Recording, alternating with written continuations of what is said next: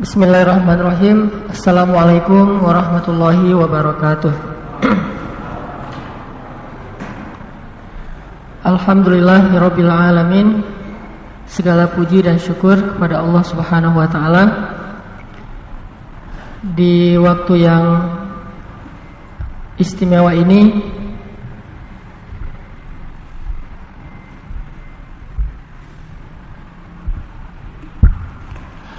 Allah Subhanahu wa taala memberi kita taufik untuk bisa duduk dalam majelis ilmu.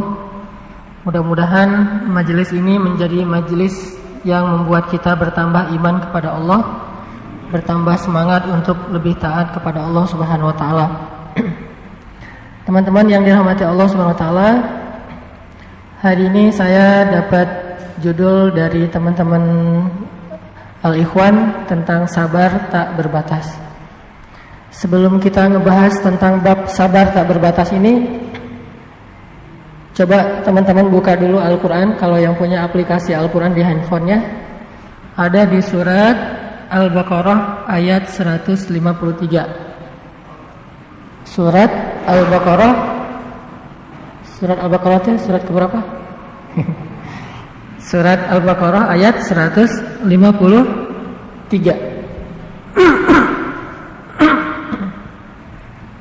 Saya akan bacakan surat Al-Baqarah ayat 153 sampai 157.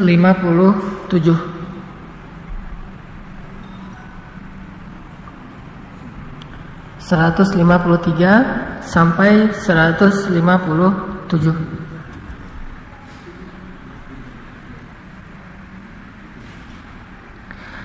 أعوذ بالله من الشيطان الرجيم بسم الله الرحمن الرحيم يا أيها الذين آمنوا استعينوا بالصبر والصلاة إن الله مع الصابرين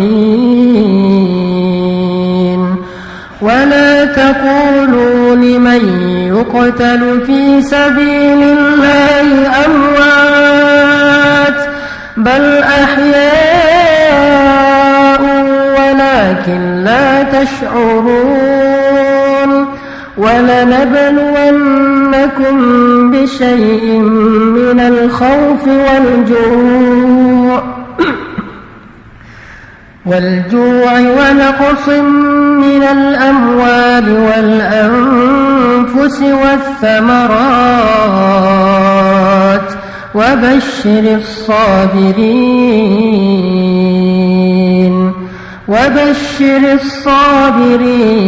الصابرين الذين إذا أصابتهم مصيبة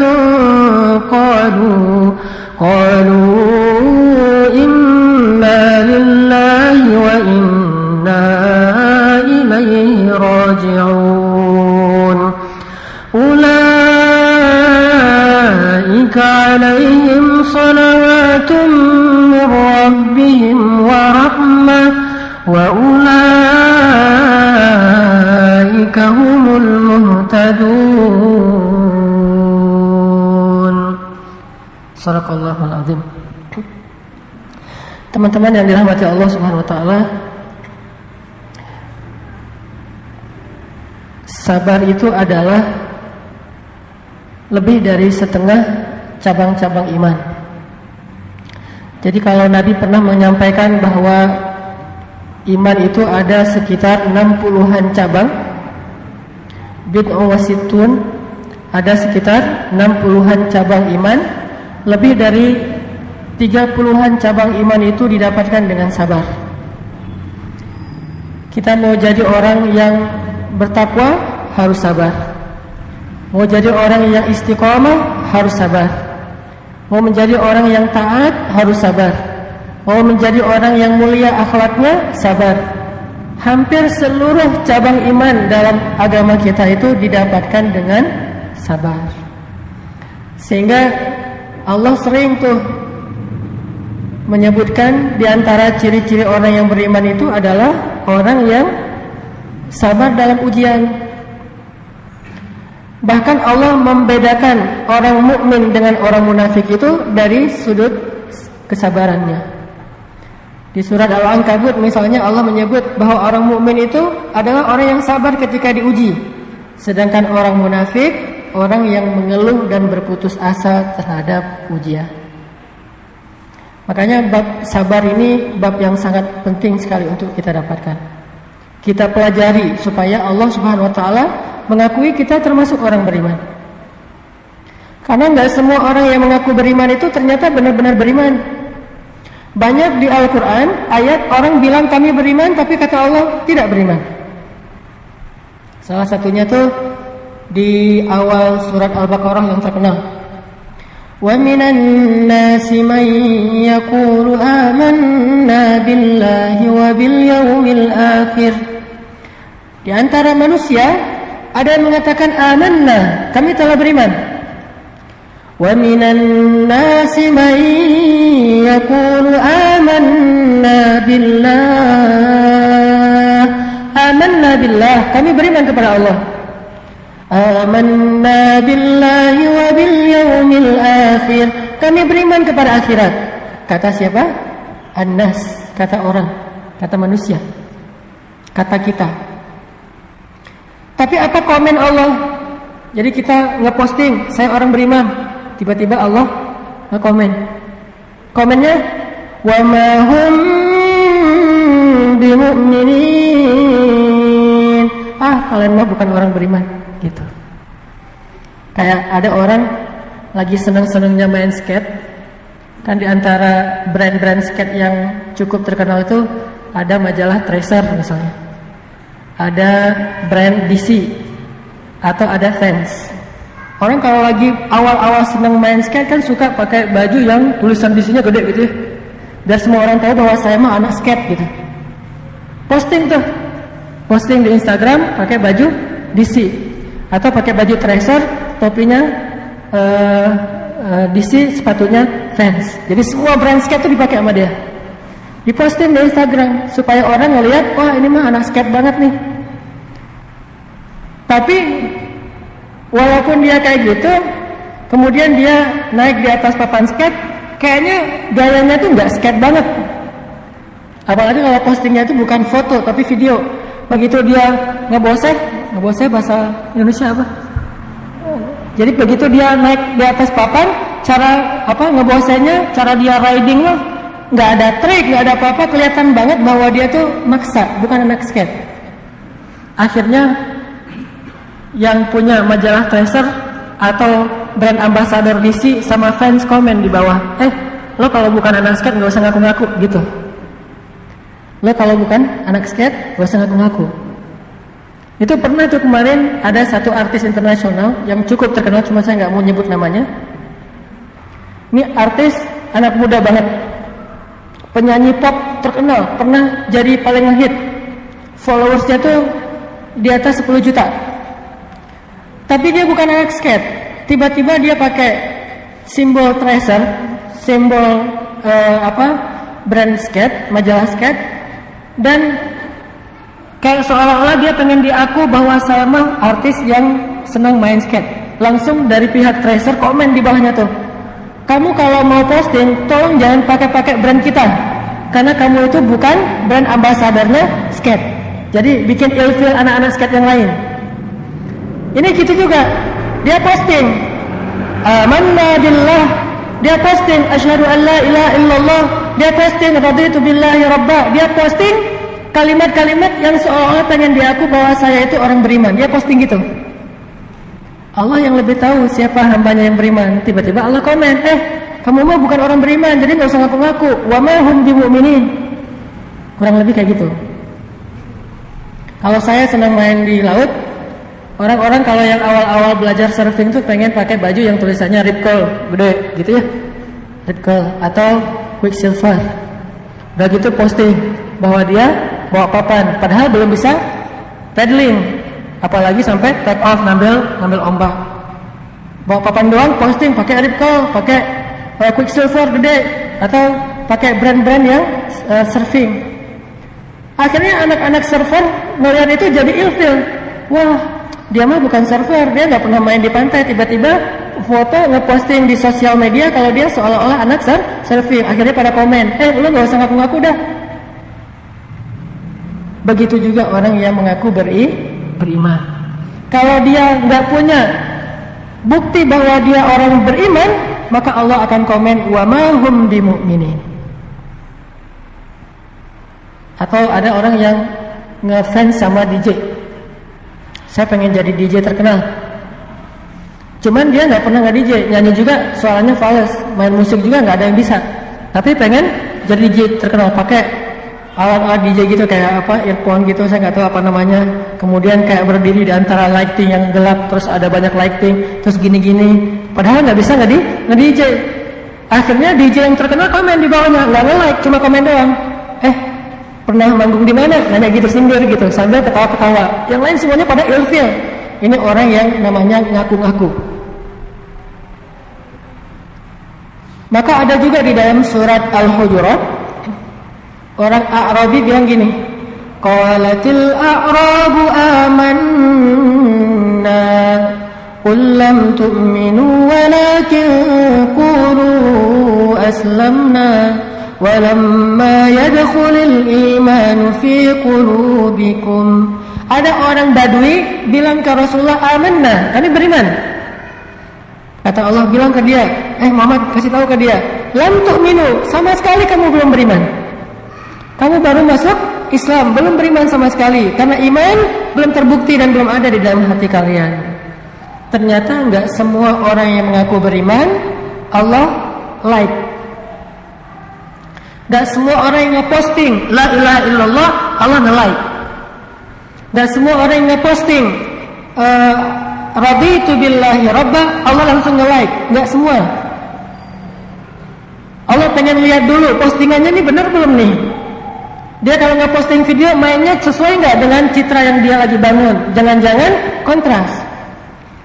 Ngeposting seolah-olah dia anak musik underground, musiknya pengen ikut-ikut NoFX misalnya, yang undergroundnya di legend yang di luar negeri. Saya mah pecinta NoFX sebutannya. Saya supporter NoFX, fans NoFX gitu.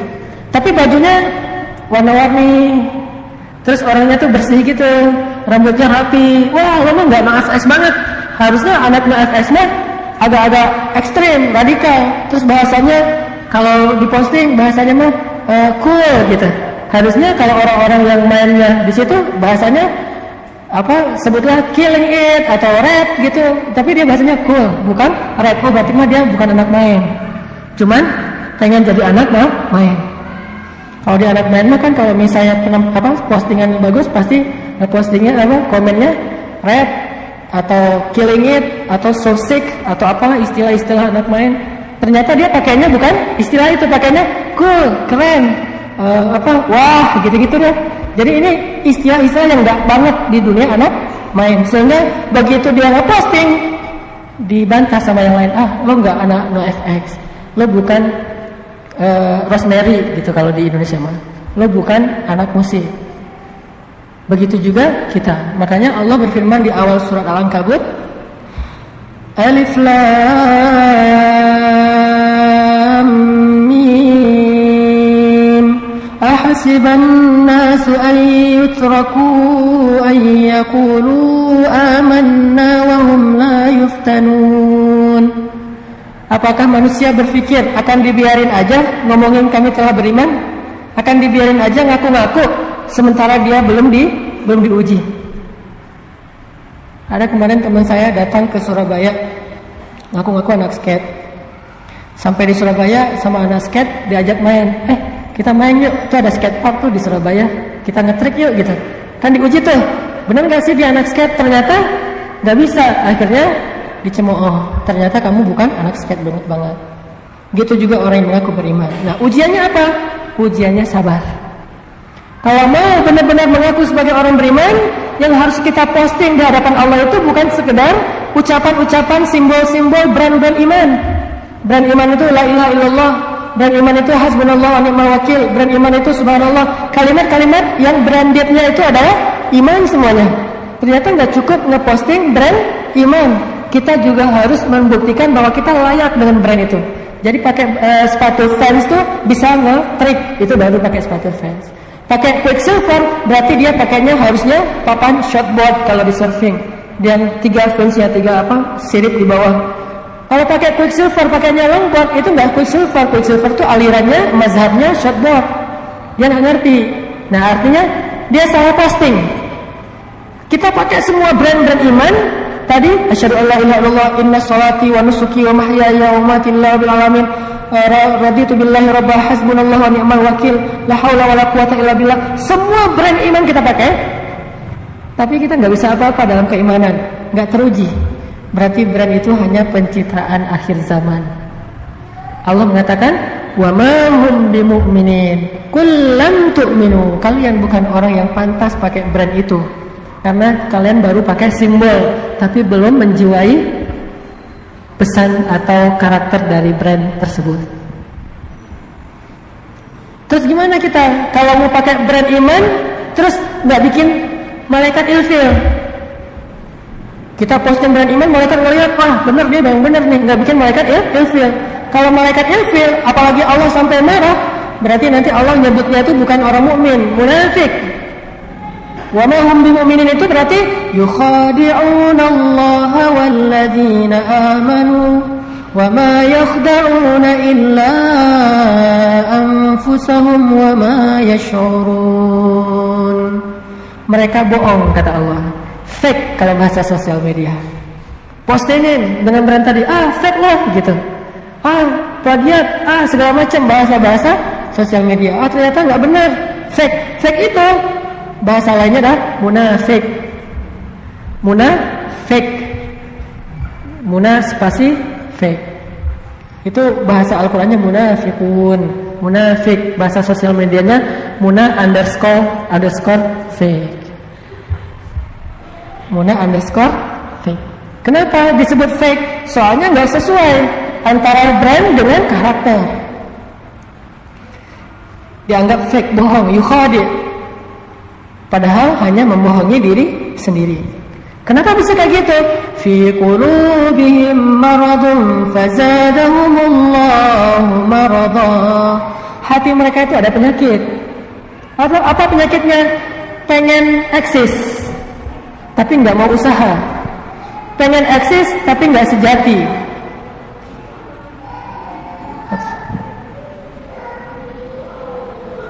Bantuin. Tarikin rame-rame.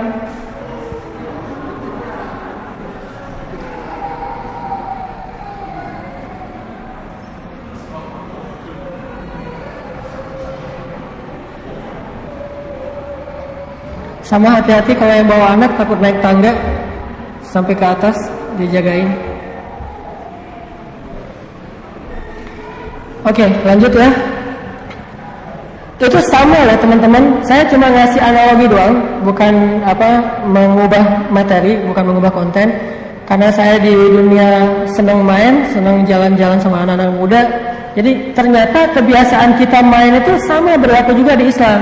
Jadi kalau etika itu kita jaga banget dalam dunia main, harusnya kita juga menjaga etika itu dalam dunia Islam, dalam belajar agama, dalam hubungan kita dengan Allah. Kita kan malu banget kalau ngaku-ngaku brand ambassador satu merek. Harusnya kita juga malu ngaku-ngaku menjadi brand ambassadornya Allah, cuman nggak pantas. Kalau gitu nggak usah ngaku-ngaku. Sebelum kita buktiin dulu. Nanti begitu kita buktiin kalimat la ilaha illallah kita itu, langsung Allah like. How to get more like from Allah? Begitu kita posting la ilaha illallah, Allah langsung like. Kita posting hasbunallah, Allah langsung like. Kita posting la haula wala quwata illa billah, langsung like. Begitu kita miss call Allah, Allah telepon balik. Gimana miss call Allah? Ya Allah, kita baru mau nelpon Allah nih, langsung Allah tolong kita tuh. Kenapa? Allah udah peduli sama kita, Allah respect sama kita.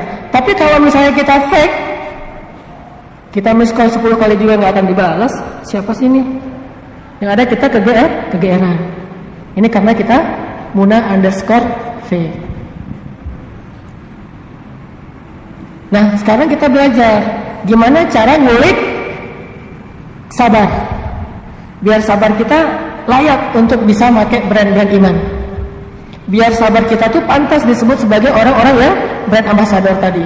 Oh, ternyata dia mukmin sejati. Oh, ternyata dia anak main sejati. Oh, dia ternyata anak underground sejati. Gimana biar bisa gitu? Buktikan dengan kesabaran kita. Sabarnya itu harus luar biasa. Makin mungkin ada istilahnya sabar amatir, ada sabar pro. Tadi baru mulai main amatiran.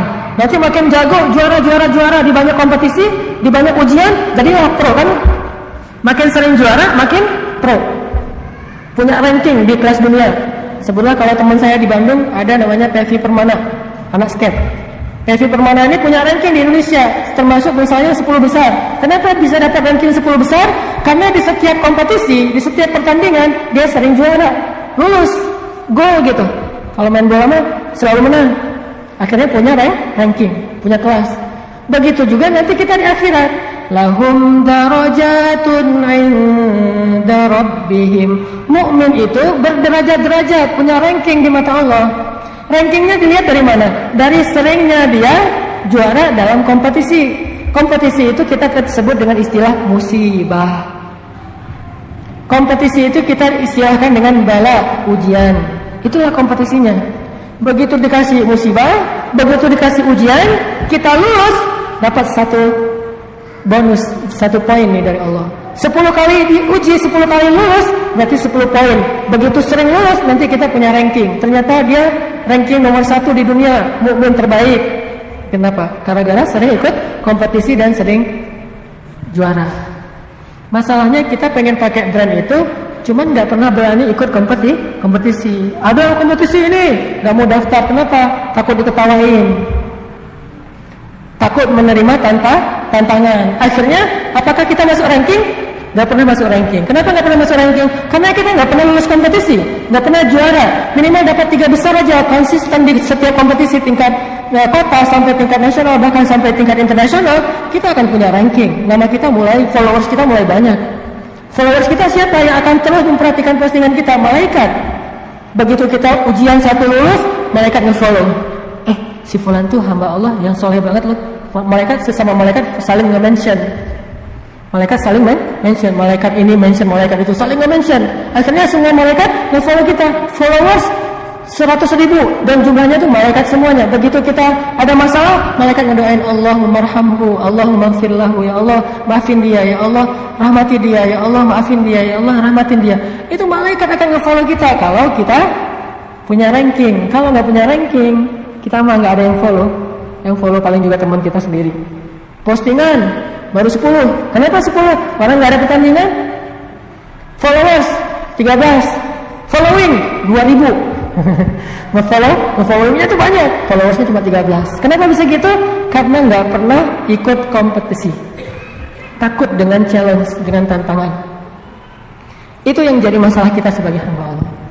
Kurang berani untuk tampil di hadapan Allah, di hadapan malaikat, di sebuah kompetisi hidup yang kita sebut dengan istilah ujian, musibah, masalah, dan seterusnya.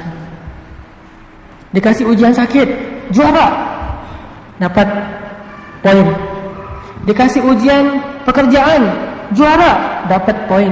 Dikasih ujian sosial, muamalah, akhlak, juara lagi, dapat poin lagi. Dikasih ujian perasaan, juara lagi, poin lagi, terus saja ngepoin. Lama-lama punya ranking. Itu yang kita belajar dari sabar. Analogi yang sama, dan itu bukan dibuat-buat. Emang kayak gitu kehidupan sunnatullahnya udah kayak gitu. Dari dulu juga udah kayak gitu. Kenapa para anbiya itu ada rankingnya? Dari 124.000 nabi, kemudian yang kita hafal 25 plus yang disebut di Al-Quran mungkin kayak Nabi Khidir, terus Nabi Joshua. Nabi Joshua itu muridnya Nabi Musa yang di surat Al-Kahfi, Yusha bahasa Arabnya. Ada Nabi Yusha, ada Nabi Daniel. Nah, di antara sekian puluh nabi itu sebutlah 26 nabi kalau plus dengan Nabi Khidir. Kemudian ada rankingnya, ada yang namanya Ulul Azmi, 5 terbaik, terhebat di antara, terkeren di antara nabi. Nah, kalau kita tanya, kenapa 5 orang nabi ini, Nuh, Ibrahim, Musa, Isa, Muhammad sallallahu alaihi wasallam, jadi terbaik karena mereka punya poin-poin sabar yang lebih dibandingkan nabi-nabi yang lain. Ujiannya lebih berat, kesabarannya lebih luar biasa. Padahal ada nabi yang sabar dengan sakit, yaitu Nabi Ayub. Ada yang nabi sabar dengan istrinya, yaitu Nabi Lut. Tetapi tetap aja 5 nabi ini sabarnya di atas rata-rata nabi-nabi yang lain. Sehingga karena poin sabarnya tinggi, bukan cuma diaku sebagai hamba Allah yang mukmin, bukan cuma nabi, tetapi ulul azmi. Itu lewat sabar. Makanya kalau dibilang sesungguhnya iman itu sabar, sabar itu iman, benar juga kata ulama kayak gitu.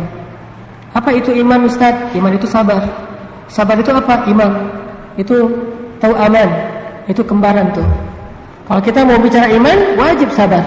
Kalau kita bisa bersabar, insya Allah itu didasari dengan keimanan. Jadi gimana caranya nih biar kita pas ngeposting brand-brand iman, brand-brand tauhid, Allah enggak komen kita dengan komen Munal_fake. Tapi komen Allah adalah ulaika humus shadiqun. Benar tuh kata Allah. Ulaika humul mu'minuna haqqan. Itulah mukmin sejati. Senang enggak sih kalau dapat komen dari orang-orang yang menurut kita keren? Dapat like sama komen dia. Karena saya sedang main laut, main air. Pernah saya ngeposting apa gitu di Instagram, yang komennya itu the perfect wave. The perfect wave itu Instagram para server profesional tingkat dunia. Jadi di situ postingannya itu adalah ombak-ombak yang bagus di Hawaii, di Maldives, di Bali, di Mentawai, di Nias. Pokoknya the perfect wave itu postingan orang-orang yang pemain pro. Saya posting nih di Instagram saya. Tiba-tiba ada perfect wave komen. Wah, saya surprise banget tuh. Masya Allah, luar biasa. Jadi GR sendiri gitu ya. Karena yang komen adalah the perfect wave. Coba kalau yang komen misalnya saya lagi posting sesuatu di Instagram saya, yang komen yang nge-like-nya Kelly Slater, legendnya server. Wah, pasti kan, wah, GR langsung di capture. Udah gitu diposting ulang capturannya. Saking bahagia. Anak musik juga gitu. Yang komen adalah misalnya anak musik country di Indonesia mah yang komen tiba-tiba adalah Iwan Fals, komen, like dan komen. Wah, bagus suaranya. Wah, langsung di capture, di posting ulang. Dan langsung dapat like banyak. Apa kita nggak bangga, nggak bahagia kalau kita ngeposting kesabaran? Allah yang nge-like, Allah yang komen, Allah yang ngasih kejutan buat kita, sehingga kita bahagia banget. Oh, saya pengen dapat more like from Allah dengan sabar. Saya pengen dapat more like from malaikat dengan sabar. Sampai bikin kita GR. Saking mencari like dan komen-komen yang baik dari Allah SWT. Like-nya Allah, komennya Allah, radhiyallahu anhum wa radu'an. Allah ridha sama dia, itu komennya Allah tuh. Wah, itu kalau perlu di-tag, di-capture. Komennya Allah, ulaika humul mu'minuna haqqan. Capture ini lagi. Ulaika humus shadiqun. Capture lagi. Allah bilang lagi, ni'mal 'abd. Capture lagi. Kan banyak tuh komen-komen Allah kepada para nabi. Kata Allah tentang Nabi Nuh, ni'mal 'abd, sebaik-baik hamba. Innahu awwab, hamba yang bertaubat. Kalau Nabi Ibrahim mah inna Ibrahim la'awwahun halim. Nabi yang awwahun halimun. Awwah itu artinya da'a, suka berdoa. Kalau halimun yang menjaga amarah, itu Ibrahim. Kayak Allah bilang di surat Maryam, "Wadhkur fil kitabi Maryam, wadhkur fil kitabi Idris, wadhkur fil kitabi Ibrahim, wadhkur fil kitabi." Banyak kalimat-kalimat wadhkur. Ingat kisah Ibrahim. Innahu kana siddiqan nabiyya. Ibrahim itu hamba yang sangat beriman, siddiq, selalu membenarkan firman Allah. Innahu kana siddiqan nabiyya. Atau nabi yang lain disebut dengan nabi yang sadiqal wa'di wa kana 'inda rabbih mardiyya. Nabi Ismail selalu menunaikan janji dan Allah ridha sama dia. Ini kan komen-komen langit nih. Ini like dari Allah. Sehingga apa kita nggak bangga kalau kita bisa dapat itu? Gimana dapatnya Ustaz? Kan kita bukan Nabi. Nggak ada lagi komen-komen yang tertulis. Kita bisa mendapatkan itu dengan lauhah spanduk di surga. Kita nggak ngelihat itu di dunia mungkin, tapi kita melihat itu di surga. Atau komen itu akan keluar lewat orang-orang soleh. Ada orang soleh ketemu kita bilang Masya Allah, Masya Allah. Itu komen dari Allah lewat orang soleh. Ada orang beriman, orang yang taat, orang yang ahli ibadah dekat sama kita, Masya Allah, Masya Allah. Dia bilang Lillahi darruk. Lillahi darruk itu artinya kamu tuh keren banget, semoga Allah membalasmu. Barakallah. Itu kan komen-komen kan? Barakallah, Masya Allah, Lillahi darruk. Jazakallahu khair. Ini kalimat-kalimat komen yang datangnya dari Allah cuman dengan media sosial, yaitu manusia. Nggak pengenkah kita dapat komen itu dari ulama? Masya Allah, kata ulama. Begitu kita baca Al-Quran, ulama ngedengerin, dia terkesan lalu dia bilang Masya Allah, Masya Allah, Barakallah. Itu komen dari Allah. Kita rajin ke masjid, ketemu orang salah, dia bilang ini luar biasa, semoga istiqomah ya, Barakallah fiik, atau Jazakallahu khair. Itu dapat komen dari Allah. Nah, kita akan mendapatkan semua itu dengan cara ngeposting lebih banyak action sabar kita terhadap masalah-masalah. Harus lebih sering juara di kompetisi hidup yang disebut dengan ujian, bala. Ini analogi sabar dan analogi iman dalam kehidupan kita sehari-hari. Terus poin kedua adalah gimana caranya biar bisa sabar. Setidaknya dari para ulama diajarkan 3 cara supaya kita bisa sabar. Ini cara praktisnya biar sabar. Pertama, kalau pengen sabar, perbanyak sujud, perbanyak ruku, perbanyak sholat. Begitu kita masuk kompetisi hidup, ada masalah, langsung sholat. Wudu, sholat 2 rakaat. Terserah mau dikasih nama apa. Mau sholat sunnah mutlak, mau sholat taubat, mau sholat hajat, mau sholat galau. Sholat galau itu apa? Sholat istikharah. Itu sholat galau, kan galau nih, bingung mau milih yang mana. Bahasa fikih istikharah, bahasa anak muda galau. Mau sholat request apa? Hajat. Mau sholat move on teh taubat. Jadi pengen move on lah, saya mau udah nggak mau kayak gitu-gitu lagi ya, saya mau yang lebih halal daripada saya banyak dosa. Udah move on aja deh, lupain yang lalu atau lupain sesuatu yang nggak dibolehkan sama Allah. Hijrah, move on, shift. Caranya dengan taubat. Terserah nama fikihnya apa, itu mah urusan fikih. Yang penting sholat aja. Sebelum kita ribut dengan fikih, nggak ada itu boleh dan tidak, belajar dulu nanti. Yang penting kita sholat. Kalaupun nggak ada namanya, disebut dengan sholat mutlak, bebas. Selain waktu yang dilarang, boleh kapan aja. Begitu ada masalah, sholat. Karena para sahabat komen tentang Nabi SAW, kata sahabat, Annan nabiyya idza hasibahul amr fazi'a ila shalah.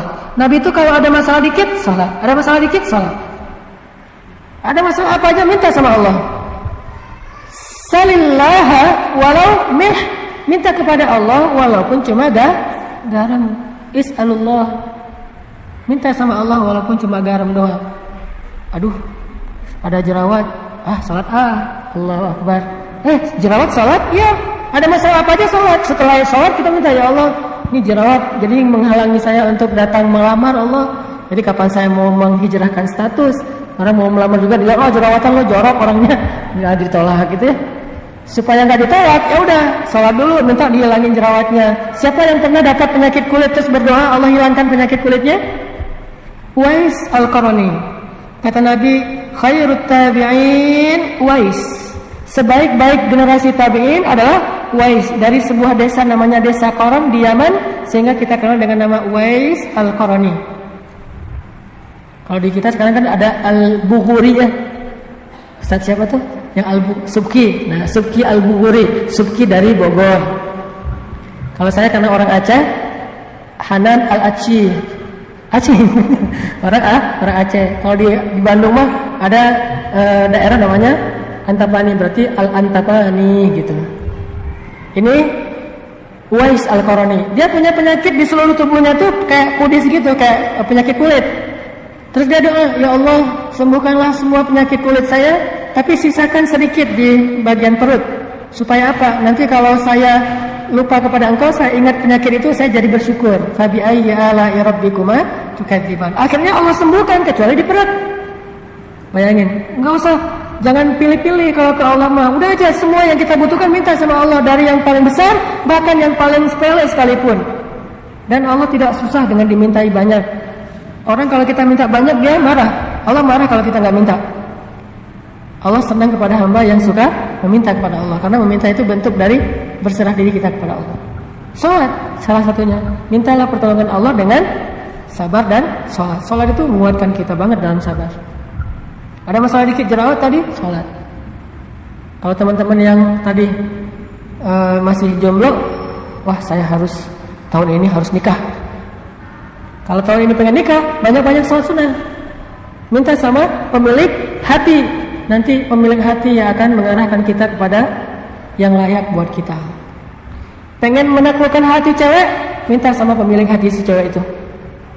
Pengen menaklukkan hati calon mertua, minta kepada pemilik hati calon mertua.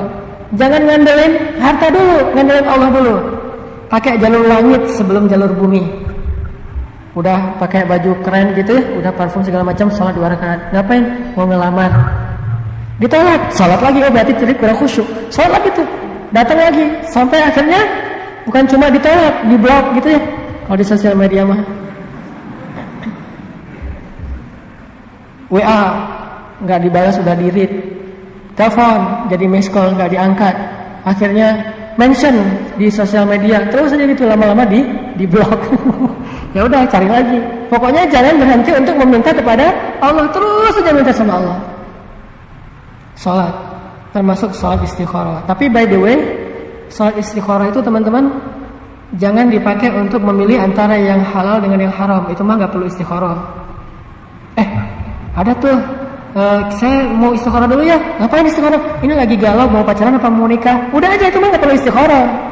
Pacaran nikah, salat istikharah. Begitu selesai istikharah, Ustaz, saya pacaran. Kata Ustaz nggak boleh. Bukan maunya saya loh Ustaz, itu mah habis saya istikharah, jadi condongnya ke pacaran. Jadi menyalahin salat istikharah. Itu udah nggak perlu diistikharahin, udah aja nikah. Istikharah mah untuk antara dua hal yang sama-sama halal. Cuman bingung mau yang mana. Istikharah dah. Nikahnya tahun ini atau tahun depan ya, itu boleh istikharah. Tapi menurut saya sih nggak usah istikharah, udah aja tahun inilah, asal lama-lama ya. Tapi kalau mau istikharah pun boleh, karena dua-duanya juga mau nikah tahun ini boleh, mau nikah tahun depan juga boleh, nggak masalah. Yang penting halal dua-duanya. Kayak misalnya satu muslim, satu non muslim, itu mah nggak perlu istikharah, udah aja pilih muslim. Karena seorang muslim lebih baik di mata Allah, budak muslim itu lebih baik di mata Allah daripada orang non muslim yang merdeka kalau untuk pernikahan. Tapi kalau untuk muamalah mah kita bergaul dengan siapapun, berakhlak mulia dengan siapapun. Tapi kalau bab nikah beda. Salat. Saya ada cerita tabi'in namanya Urwah bin Zubair. Urwah bin Zubair itu anaknya siapa? Zubair. Anaknya Zubair. Namanya juga Urwah bin cerdas. Urwah bin Zubair. Urwah bin Zubair itu adiknya Abdullah bin Zubair. Anaknya Asma binti Abi Bakar. Jadi Urwah bin Zubair itu cucunya Abu Bakar As-Siddiq. Suatu hari Urwah bin Zubair divonis sama dokter kena penyakit sejenis kanker atau tumor di kakinya, sehingga kakinya harus diamputasi. Ini Urwah bin Zubair.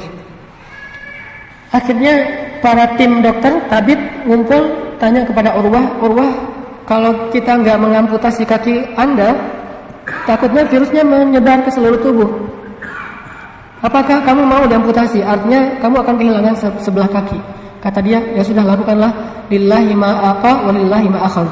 Dia bilang, punya Allah lah apa yang Allah kasih, dan punya Allah juga apa yang Allah ambil. Kalau bahasa lainnya, inna lillah wa inna ilaihi rajiun. Kalau bahasa orang Arab mah, lillahi ma'aqa wa lillahi ma'akhadh.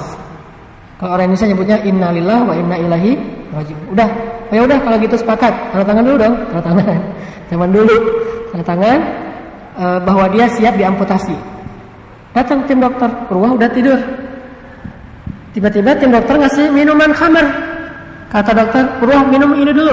Kata Urwah, buat apa itu? Apaan tuh? Ini khamar. Ngapain saya minum itu? Biar kamu pingsan. Jadi kayak orang teler gitu, sehingga nggak ngerasain kaki kamu diamputasi. Kata Urwah, demi Allah, saya tidak mau mendapatkan kesembuhan dengan cara yang haram. Saya nggak mau minum itu. Kata Urwah, oh gitu ya. Ya udah deh, ganti aja. Ini aja nih, bius lokal. Nggak perlu sampai bius total. Apa itu bius lokal? Maksudnya supaya kamu nggak ngerasain kesakitan. Kata Urwah, bukankah rasa sakit itu menggugurkan dosa? Bagaimana saya mau menghilangkan satu kesempatan digugurkan dosa dengan rasa sakit? Enggak, saya mah pengen digugurkan dosa, biarin aja sakit. Urwah, ini mah bukan cuma dicubit, sakitnya sakit banget. Gak apa-apa, makin sakit banget, berarti makin banyak dosa yang diampunin. Tadi tuh, juara di kompetisi sabar. Wah, gak mau minum khamar, gak mau dibius. Gimana tuh caranya? Ya udah, datangin banyak orang megangin Urwah. Kata Urwah, ini ngapain pegang-pegangin saya? Kata dokter, supaya kamu gak meronta-ronta. Kata Urwah, gak perlu yang gitu-gitu. Udah kalian pergi aja. Kalau mau dipotong kaki saya akan sholat. Dalam riwayat yang lain dikatakan, saya akan mengingat Allah, akan zikir. Masa bisa? Dengan seizin Allah bisa. Saya akan tahan itu dengan sholat. Akhirnya dia bilang, begitu nanti saya udah sholat, baru kalian potong ya. Ya, Allahu Akbar, sholat. Mulai dokter giris kulit dulu. Udah selesai pisau kulit, ganti pisau daging. Kayak idul kurban gitu dah. Udah selesai idul kurban, udah selesai daging. Yang terakhir yang paling sakit itu apa? Tulang, pakai gergaji. Manual itu loh. Gergaji besi itu yang kecil, itu yang pakai motongin tulang. Bukan gergaji yang elektrik, enggak, pelan-pelan. Yang dengar aja dulu, apalagi yang ngerasain. Tapi Urwah terus saja mengingat Allah, la haula wala quwata illa billah. Dalam riwayat yang lain dia sholat, tapi saya nggak tahu mana yang paling kuat riwayat yang jelas. Karena sholat atau mengingat Allah, dia menahan rasa sakit. Bukannya nggak sakit, tetap sakit. Cuman ketahan gara-gara sedang khusyuk mengingat Allah Subhanahu Wa Taala. Wasta'inu bis sabri was salah. Ya ayyuhalladzina amanu ista'inu bis sabri was salah. Innallaha ma'as sabirin. Allah bersama orang yang sabar, orang yang menunaikan salat. Digergaji kakinya. Udah selesai digergaji, udah putus, baru Urwah selesai berzikir atau sholat. Kata dokter, Urwah belum selesai. Ini yang terakhir dan ini paling sakit. Ya udah, saya sholat lagi, saya zikir lagi. Ternyata apa yang terakhir? Yang terakhir kakinya udah terputus yang masih berdarah, dihentikan pendarahan dengan cara dicelupkan kakinya ke minyak yang sedang mendidih. Itu kisah nyata. Tabi'in, salah satu tabi'in terkenal Urwah bin Zubair. Dimasukinlah kakinya ke dalam minyak mendidih, langsung Urwah mengatakan la ilaha illallah, pingsan saking sakitnya. Tapi dia tahan dengan zikir. Pingsan, pas sudah sadar dari pingsan, dia lihat kakinya, dia pegang, dia katakan, demi Allah, saya tidak pernah memakai kaki ini untuk bermaksiat kepada Allah. Selalu saya pakai kaki ini untuk melangkah ke rumah Allah, mencari ilmu dan seterusnya. Tapi mudah-mudahan dia yang mendahului saya ke surga, saya akan menyusul. Dia mendahului saya ke surga dan saya akan menyusul, kata Allah. Ini sabar yang kita dapatkan lewat sholat. Jadi begitu kita ada masalah, langsung sholat. Kalau orang-orang yang belum memahami Islam, mungkin pelampiasan dari masalahnya itu dia ke beer house, dia dugem, dia jalan sama temennya, dia nonton, dia main misalnya. Kalau saya lagi ada galau gitu, saya akan ke laut dan mencari ombak yang paling gede, minta digulung sama ombak gitu ya. Pelampiasannya saya mau digulung sama ombak, bukan barrel, malah pengen digulung-gulung aja. Kenapa? Pelampiasan. Orang yang beriman, pelampiasannya kalau lagi ada masalah dia sholat. Makin berat masalah, makin panjang sholatnya. Makin banyak masalah, makin banyak rakaatnya.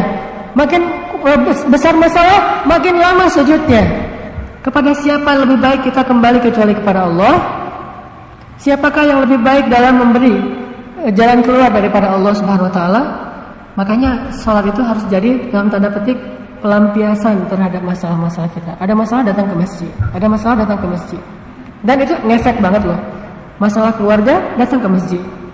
Nabi kan pernah itikaf di masjid, kalau nggak salah sekitar 29 malam apa 19 malam, 29 malam, gara-gara lagi kecewa sama semua istri beliau. Istri-istri beliau semuanya pada sering mengganggu kenyamanan beliau dengan cemburu, menuntut, mengeluh. Akhirnya Nabi kecewa. Maka karena kecewa, Nabi mentahjir. Tahjir itu kalau bahasa kita mah pisah tempat tidur. Cuman pisah tempat tidurnya bukan di sofa, di mihrab. Jadi kalau kita pengen pisah tempat tidur, jangan cuma istri di kamar, kita di sofa. Kalau bisa di atas sajadah. Kalau tidak ada bahu untuk bersandar, ada sajadah untuk bersujud. Jadi pisah tempat tidur itu di atas sajadah. Bukan sholat tapi tidur juga. Sholat di atas sajadah. Insya Allah Allah kasih jalan keluar. Setelah 29 malam Nabi di atas sajadah di mihrabnya, akhirnya Allah Subhanahu Wa Taala menurunkan ayat untuk memberi nasihat kepada istri-istri beliau. Satu persatu istri beliau datang kepada Nabi dan minta maaf. Selesai masalah, minta sama Allah. Jadi kalau kita lagi ada banyak masalah, makin sulit, makin harus dekat sama Allah. Kalau enggak, kita akan rapuh banget. Orang kalau melampiaskan kesusahan dia ke entertain, pasti akan mencelakai diri sendiri. Makin banyak masalah, makin banyak ngerokok, kan makin menyakiti diri sendiri kan? Makin banyak masalah, makin banyak ngebir, kan makin menyakiti diri sendiri. Makin banyak masalah, makin sering jalan-jalan, kan menyakiti dompet sendiri kan? Jadi makin banyak masalah kalau kita hanya melampiaskan dengan cara entertain, itu sebetulnya nambah masalah. Tapi kalau kita menjadikan entertain sewajarnya, bukan pelampiasan. Kalau pelampiasan kan pasti nggak wajar ya, sewajarnya doang. Entertain mah jalan-jalan sewajarnya. Selama bukan haram, kalau bir memang haram ya, sekedar misalnya hiburan-hiburan yang masih mubah, sewajarnya masih mending. Tapi jangan jadi pelampiasan, karena nggak akan sehat. Harusnya pelampiasan kita itu sholat. Makin banyak masalah, makin nambah rakaat sholatnya. Sholat sunnah, nambah tahajud, nambah witir, nambah duha, nambah sholat mutlak, nambah qabliyah, ba'diyah dan seterusnya. Terus saja nambah. Itu pelampiasannya. Makin banyak masalah, sujud yang lama. Coba deh, ketika ada masalah, sujud yang lama. Allah akan kasih kita jalan keluar. Dan jalan keluar pertama Allah untuk orang yang datang kepadanya apa? Bukan diselesaikan masalahnya, tapi dikuatkan hatinya menghadapi masalah. Itu jalan keluar pertama. Jadi jangan juga pragmatis. Begitu datang ke Allah, mana kok hutang saya belum lunas? Mana kok sakit saya belum sembuh? Bukan gitu cara Allah menolong hambanya. Allah kalau menolong hambanya yang pertama ditolong itu hatinya. Bukan masalahnya diangkat, tapi hatinya dikuatkan. Kenapa hatinya dikuatkan? Supaya dengan hati yang kuat itu nanti Allah akan menggugurkan dosa-dosanya dan mengangkat rankingnya di surga atau derajatnya di surga. Itu yang pertama ditolong. Jadi kalau begitu ada masalah, langsung datang ke hadapan Allah, Allah tolong hati kita, langsung digenggam sama Allah. Ya muqallibal qulub. Di dalam genggaman Allah hati setiap hamba. Tabarakalladzi biyadihil mulk wa huwa ala kulli syai'in qadir. Allah itu bisa apa aja. Dan setiap malam, terutama sepertiga malam terakhir, Allah itu turun ke langit dunia terus bertanya kepada kita, hal min dzi hajah? Adakah di antara hambaku yang punya masalah? Curhat-curhat sama aku. Hal min taib? Adakah di antara hambaku yang pengen bertobat? Ayo istighfar, aku ampunin semua dosa kalian. Walaupun dosa kalian memenuhi langit dan bumi, fala ubali. Aku tidak peduli sebanyak apa dosa-dosa kalian. Enggak peduli, dihapusin semuanya. Jadi ada masalah, datang sama Allah. Istighfar, munajat mah masa kita curhat. Ilahi, Allah bilang gitu sama Allah. Ada apa abdi? Ada apa wahai hambaku? Gini nih Allah, ada masalah dikit nih. Saya mah lagi galau berat, ya Allah, kan galau mah masalah hati, Allah yang menggenggam hati. Udah deh, tolong jangan bikin lagi saya, jangan biarkan saya galau, kasih saya kejelasan Allah. Kejelasan. Besok tiba-tiba jelas hidup kita, jelas putusnya lo gue gitu. Artinya datang sama Allah, Allah pasti akan tolong hati kita. Pertama ditolong hatinya, kedua diselesaikan masalahnya, ketiga Allah jadikan dengan masalah itu kita semakin matang, mengalami kematangan spiritual dan pemikiran, semakin arif, semakin bijak, semakin wise. Sholat. Makanya Nabi kalau capek bilang ke Bilal gimana? Ya Bilal, arihna bis sholat. Bilal, istirahatkan kami dengan sholat. Jadi begitu Nabi bilang gitu, Bilal langsung hayya 'alas sholat. Para sahabat langsung, wah istirahat, senang. Jadi istirahat mereka itu sholat. Kalau capek kerja, mereka istirahat dengan sholat. Kalau kita udah sholat, istirahat dengan cara makan. Mau istirahat dulu, kenapa? Capek, sholatnya terawihnya panjang banget gitu. Kita istirahat dari sholat. Kalau mereka Salat untuk istirahat. Makanya Nabi bilang, ya Bilal, arihna bis salat. Ya Bilal, istirahatkan kami dengan salat. Allahu Akbar, Allahu Akbar. Semuanya pada semangat lagi, sehat lagi. Jadi dapat refresh spiritual, langsung wudu segar, kemudian sholat. Begitu selesai sholat, ayo kita lanjutkan kerjaan gitu, bukan kok kerja lagi sih, belum istirahat juga, baru selesai sholat. Ini kita banget tuh mah. Kalau dulu mah sholat istirahat. Jadi coba belajar jadikan sholat itu sebagai rehat. Capek masak, udah seharian masak, sholat gitu. Pulang kerja, sholat dulu gitu, bukan aduh baru pulang udah azan nih. Baru juga naruh tas udah Allahu Akbar. Yang muazzinnya emosi gitu. Harusnya muazzin mah yang nyaman suaranya yang buat orang tuh ke masjid tuh jadi semangat, bukan buat orang jadi kesel ke masjidnya. Dengar azan jadi malah ngedurutu. Kenapa? Suaranya rock and roll misalnya. Kalau azan harus pakai irama-irama yang slow. Kalau perlu ada slow motionnya. Jadi biar bikin orang yang mendengar semangat ke masjid. Jadi bukan baru azan lagi. Ini ngerasa azan itu beban, bukan istirahat. Maka tidak akan bisa belajar sabar kalau kayak gitu. Coba belajar menjadikan sholat itu sebagai rahah. Rahah itu bahasa Indonesianya rehat. Istirahat bahasa Indonesianya istirahat. Satu ya dari 3 tips. Kedua, kalau pengen sabar yang praktis tuh gampang banget. Coba sering-sering ngelihat ke bawah.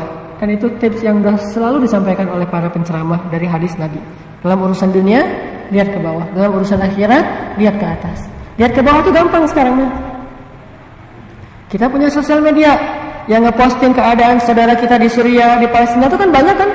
Bagaimana seorang kakak memeluk adiknya, dua-duanya meninggal karena tertimbun dengan bangunan yang dibom oleh Rusia dan orang-orang Syiah misalnya. Akhirnya mereka pelukan, meninggal dunia. Lagi di dalam rumah, kita mah asik hidupnya, bisa main, bisa jalan, bisa kerja, bisa tidur dengan keluarga, bisa weekend.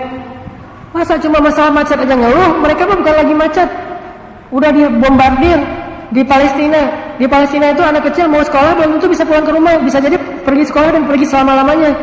Ditembak sama snipernya Israel, tiba-tiba anak kecil sebelah kepalanya hancur kena senapan snipernya Israel. Banyak yang pergi sekolah nggak pulang lagi, ditangkap, penjara 20 tahun.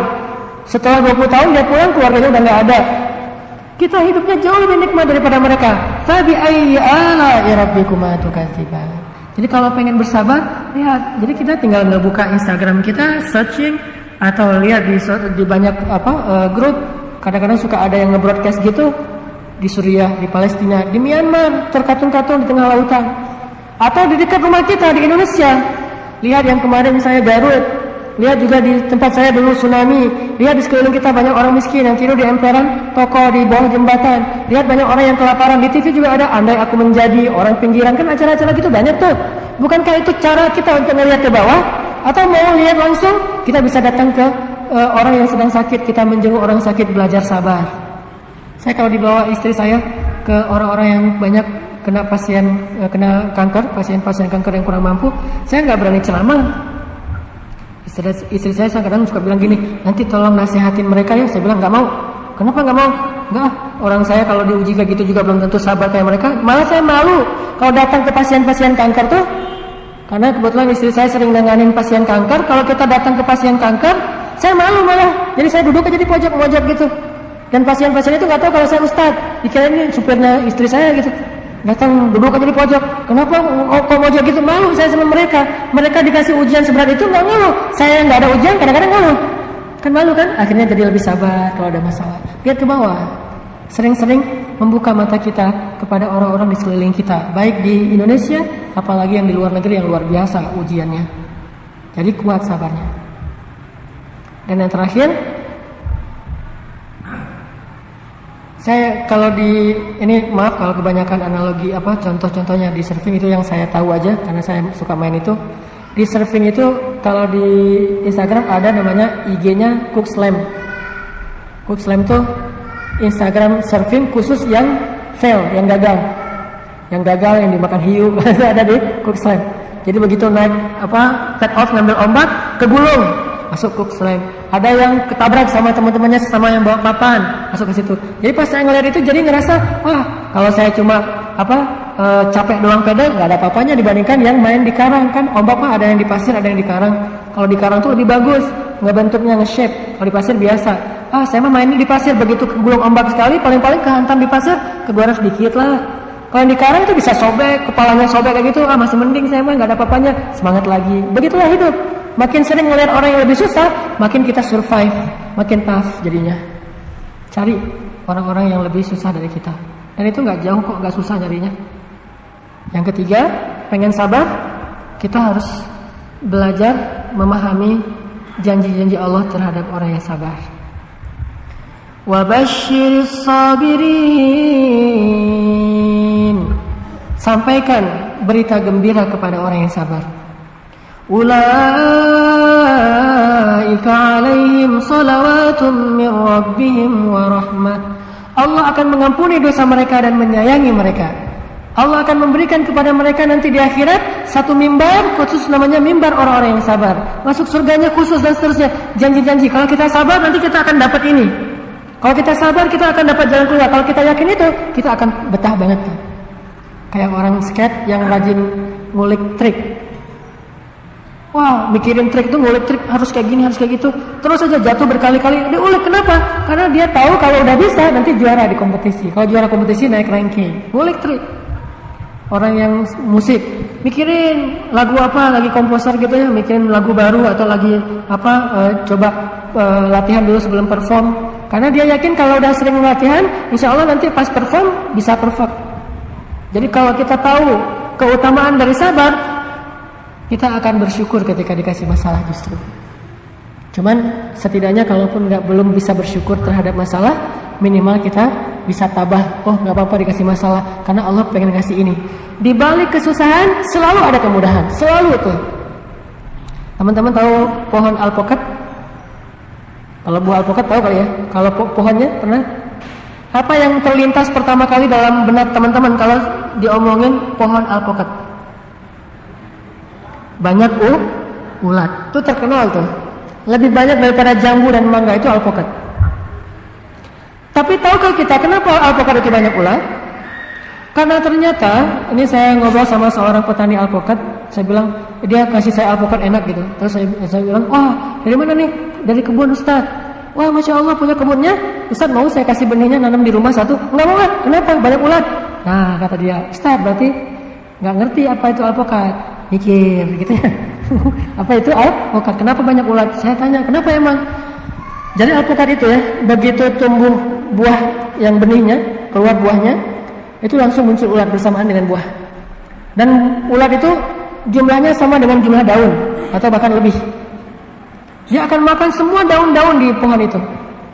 Sehingga ketika dia sudah selesai makan semua daun, sampai habis daunnya, ulat itu kekenyangan dan mati, jatuh. Ternyata alasan Allah mengutus ulat untuk memakan daun, soalnya kalau udah tumbuh buah dan daun ini akan bersaing dalam mengambil nutrisi dari pohon alpukat. Sehingga kalau daunnya masih ada, buah nggak akan maksimal tumbuhnya, nggak akan baik, nggak akan ranum. Supaya buahnya sempurna, maka daunnya harus habis. Caranya dimakan oleh ulat. Jadi ulat itu lagi ngebantu manusia untuk memproduksi buah yang terbaik dengan cara makan daun. Sebegitu misinya selesai, dia bunuh diri. Kalau ada 1-2 ulat yang masuk ke rumah kita, jangan mengeneralisir, menjudge semua ulat itu ahli bid'ah. Wah ini semua ulat ahli bid'ah nih, nggak sesuai dengan tuntunan. Kan tuntunannya makan daun tiba-tiba masuk ke rumah. Semuanya kita generalisir, kita habisin, nggak boleh. Paling-paling 1-2 ulat yang masuk ke rumah itu karena terbawa angin. Bukan sengaja, saya malas makan daun, saya pengen makan nasi, masuk ke rumah gitu. Nggak mungkin. Pasti ke bawah angin. Makanya bersabar. Nah kita mau fokus dengan ulat atau mau fokus dengan buah? Kalau orang tahu buahnya akan ranum banget dengan cara ada ulat, maka dia akan bersabar dulu. Nggak apa-apa deh banyak ulat, nanti juga dia mati sendiri. Yang penting saya dapat buah yang besar, yang bagus, yang sehat. Kecuali kita berpikirnya caranya terlalu instan. Daripada repot-repot beli aja di supermarket. Hidup kadang nggak seperti itu. Tidak ada supermarket kehidupan. Jadi nggak ada pilihan beli yang udah dijual. Yang ada aja mau kita semprot semua ulat sehingga mati dan kita nggak punya masalah, tapi tidak punya buah yang baik. atau kita bersabar dengan ular itu sampai mati sendiri, lalu kita akan mendapatkan buah yang baik. Itulah hidup. Kalau kita tahu apa di balik suatu masalah, kadang kita akan bersyukur ada ulat-ulat dalam kehidupan kita. Ada ulat ini, nggak apa-apa deh. Kalaupun nggak berani bilang alhamdulillah, minimal nggak apa-apa deh gitu ya. Karena ada orang ketika dapat musibah bilangnya alhamdulillah. Kan hadisnya gitu. Ada seorang laki-laki yang anak semata wayangnya, kesayangannya meninggal dunia. Lalu Allah bertanya kepada malaikat maut dan Allah lebih tahu jawabannya. Kata Allah, ya malaikat, siapa yang engkau cabut nyawanya? Kata malaikat, anak bayi. Apakah itu anak satu-satunya yang dimiliki oleh ayahnya? Ya Allah. Apakah dia sangat sayang kepada anak itu? Ya Allah. Bagaimana sikap ayahnya ketika tahu anaknya meninggal? Kata malaikat, ayahnya mengatakan, alhamdulillah, fa inna lillahi wa inna ilaihi raji'un. Segala puji bagi Allah, milik Allah yang Allah berikan dan milik Allah yang Allah yang ambil. Akhirnya kata Allah, wahai malaikat, saksikanlah, aku mengampuni semua dosa hambaku itu dan menjanjikan untuk dia sebuah surga, dan di dalam surga itu ada istana namanya Baitul Hamdi, istana pujian. Cuman agak susah kita kalau dapat musibah bilang alhamdulillah. Apalagi kalau teman kita yang dapat musibah, gua baru putus, alhamdulillah. Bahaya itu, baru putus di alhamdulillahin, kan bahaya ya. Oh ternyata lo ya biang keroknya gitu. Ada teman kita yang dapat musibah, anaknya meninggal atau dapat musibah apa gitu, ada keluarga yang meninggal, alhamdulillahirabbil alamin. Itu bakalan digebukin. Cukup buat kita sendiri aja. Kalau ada masalah, alhamdulillah, fa inna lillahi wa inna ilaihi. Buat kita sendiri aja. Untuk orang lain, alhamdulillahnya pelan aja. Inna lillahi wa inna ilaihi. Alhamdulillahnya udah duluan gitu. Ini kalau nggak mampu pun bilang alhamdulillah, minimal kita bilang inna lillahi. Dengan demikian kita udah menjadi orang yang sabar. Mudah-mudahan 3 tips ini bisa kita terapin dalam hidup kita. 1, banyak-banyak rukuk, sujud atau sholat. 2, lihatlah ke bawah. 3, fokuslah kepada kebaikan setelah ujian, jangan kepada ujiannya. Mudah-mudahan dengan demikian kita akan lebih tabah. Itu aja yang bisa saya sampaikan. Barakallahu li wa lakum. Assalamualaikum warahmatullahi wabarakatuh. Assalamualaikum warahmatullahi wabarakatuh. Alhamdulillahirabbil alamin. Jazakallahu khairan kepada Ustaz Anana Taki atas sharing ilmunya. Gimana kawan-kawan, seru banget ya Ustaz, bahasa-bahasanya kita banget ya. Mungkin kepada bapak-bapak, kepada ibu-ibu mungkin bisa dipakai untuk upgrade komunikasi sama anak-anaknya. Jadi mungkin pulang dari kajian apa bisa minta tolong anak-anaknya untuk bikin akun Instagram atau akun Twitter gitu. Jadi nanti bisa mention-mentionan gitu. Untuk selanjutnya mungkin kita buka sesi tanya jawab. Kita buka 2 pertanyaan dulu dari Ikhwan dan Ahwatnya dulu. Mungkin dari Ikhwan ada pertanyaan yang ingin disampaikan kepada Ustaz Fadol. Atau dari Ahwatnya mungkin ada yang ingin disampaikan.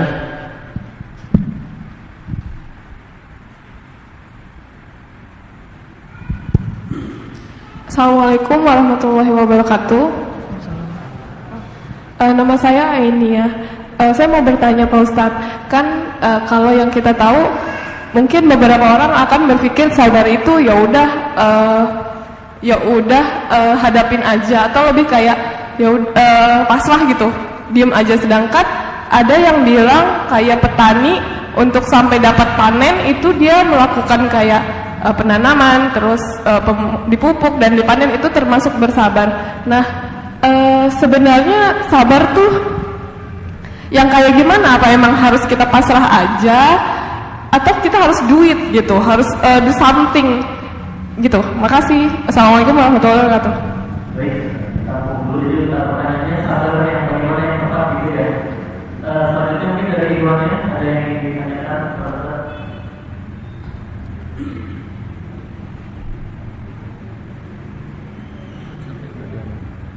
Ya.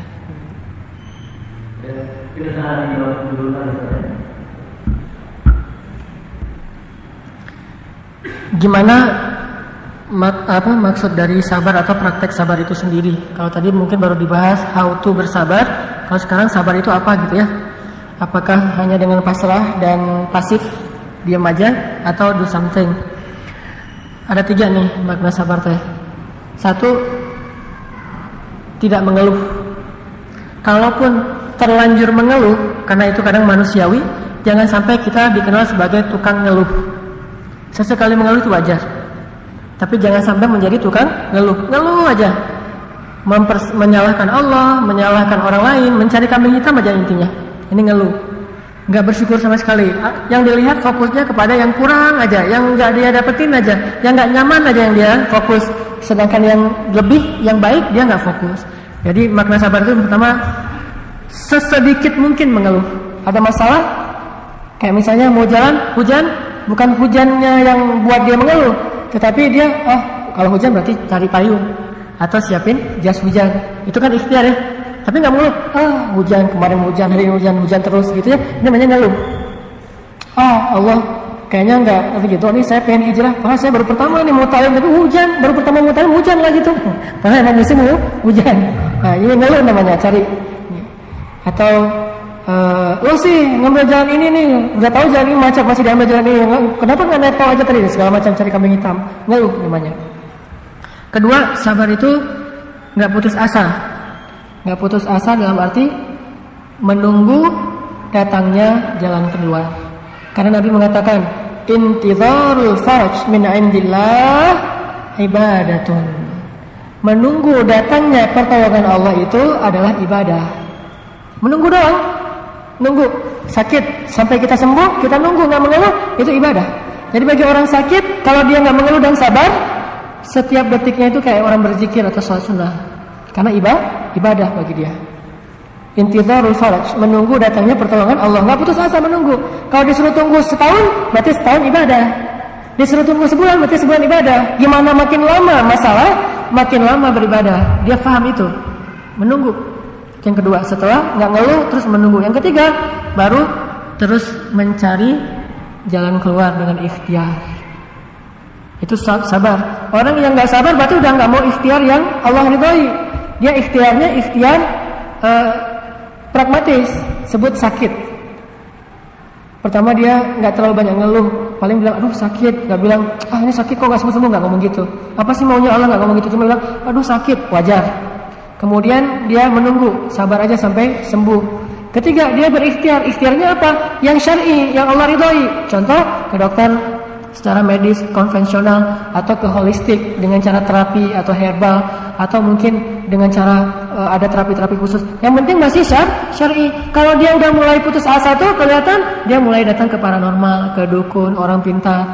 Ini berarti udah putus asa. Ikhtiar juga, cuman ikhtiarnya tidak diridhai oleh Allah, berarti dia udah nggak sabar. Jadi nggak ngeluh, nggak putus asa dalam menunggu datangnya jalan keluar atau pertolongan Allah. Dan yang ketiga, ikhtiar yang syar'i.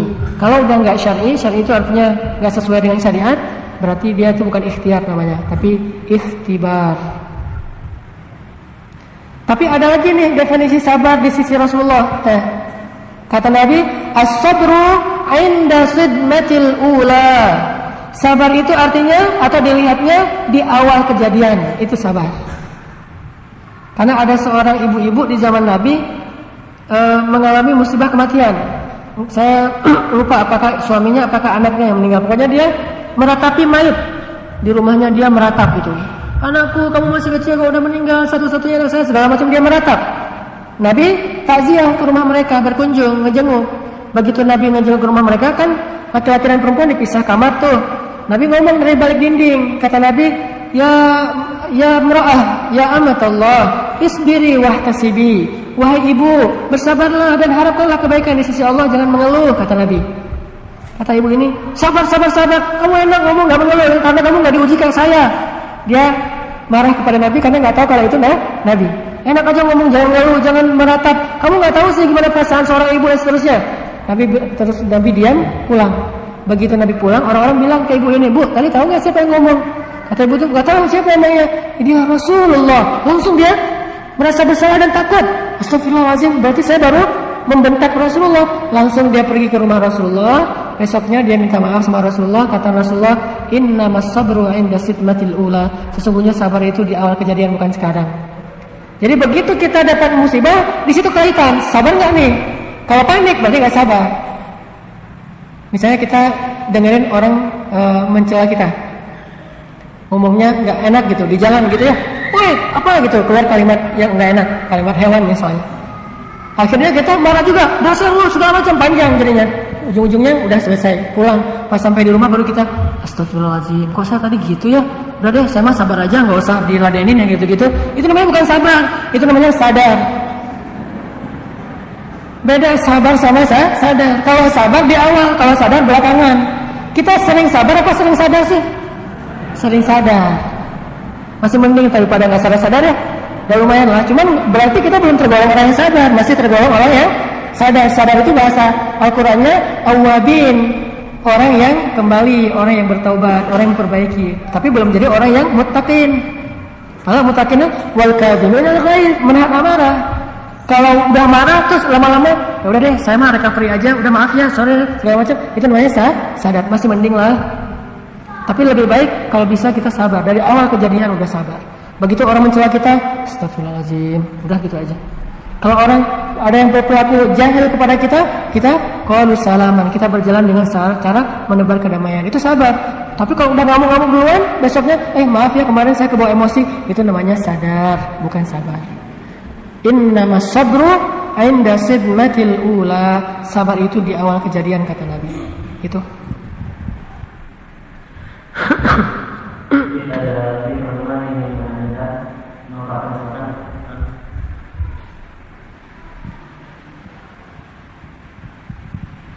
Assalamualaikum warahmatullahi wabarakatuh. Mungkin ada dua yang ingin saya tanyakan, Ustaz. Yang pertama, bagaimana aplikasi sabar khususnya bagi pemuda atau remaja di mana saat ini sedang marak atau jadi tren yang namanya pacaran gitu. Kemudian yang kedua, bagaimana aplikasi sabar terhadap sosmed atau sosial media untuk bagi para pemuda khususnya remaja terhadap melihat sesuatu yang diharamkan dan memposting sesuatu yang mungkin dimakruhkan atau bahkan mendekati haram. Mungkin dari saya itu aja. Terima kasih. Assalamualaikum warahmatullahi wabarakatuh. Waalaikumsalam warahmatullahi wabarakatuh. Sabar buat anak muda. Susah sih emang ya. Apalagi kalau jomblo itu emang ujiannya berat banget tuh. Saya pernah ngerasain soalnya. Makanya nikah tuh jangan lama-lama. Udah aja ketemu nikah yuk gitu. Udah ada basa-basinya saking kebelet. Udah nikah dini deh. Itu solusinya. Saya nggak mau ngomongin hukum, tapi saya mau ngomongin solusi. Kalau hukum nanti bisa tanya ke ustaz lain yang ahli fikih. Tapi solusinya nikah dini. Allah berjanji kok kalau mereka fuqara nggak punya apa-apa, Allah yang ayyughniyahumullah, Allah yang akan mencukupkan segala kebutuhan mereka. Dan saya buktikan itu. Saya nikah mah beasiswa. Orang sekolah doang beasiswa. Saya mah nikah beasiswa nikah. Artinya nikahnya dimodalin. Tapi nggak masalah. Modalnya gimana? Minjem. Gak usah khawatir untuk menikah. Gak mungkin Allah mencelakai orang yang pengen taat sama Allah atau beribadah. Nikah itu ibadah bukan? Ibadah. Ya udah, ibadah aja. Saya nyesel, udah sholat. Gara-gara sholat kehilangan sepatu. Gak ada hubungannya. Gara-gara kita taruh sepatu sembarangan jadi hilang. Bukan gara-gara sholat. Gara-gara nikah saya jadi cerai. Lebih baik kita cerai setelah nikah daripada putus setelah pacaran dan kemudian sudah tidak lagi bersih misalnya.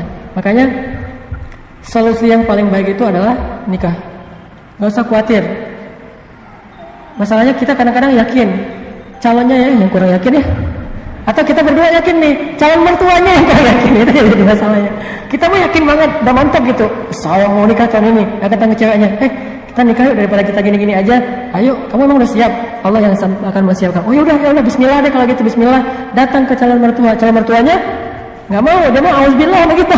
Nah itu yang susahnya. Makanya yakin dan meyakinkan itu PR kita. Challenge-nya tuh yakin dan meyakinkan. Coba daripada fokus mikirin gimana pacaran yang romantis, mending mikirin nikah yang romantis. Nikah itu romantis banget. Pokoknya apalagi nikah dini ya, nikah di usia masih lagi semangat-semangatnya pacaran malah pakai nikah, itu keren banget.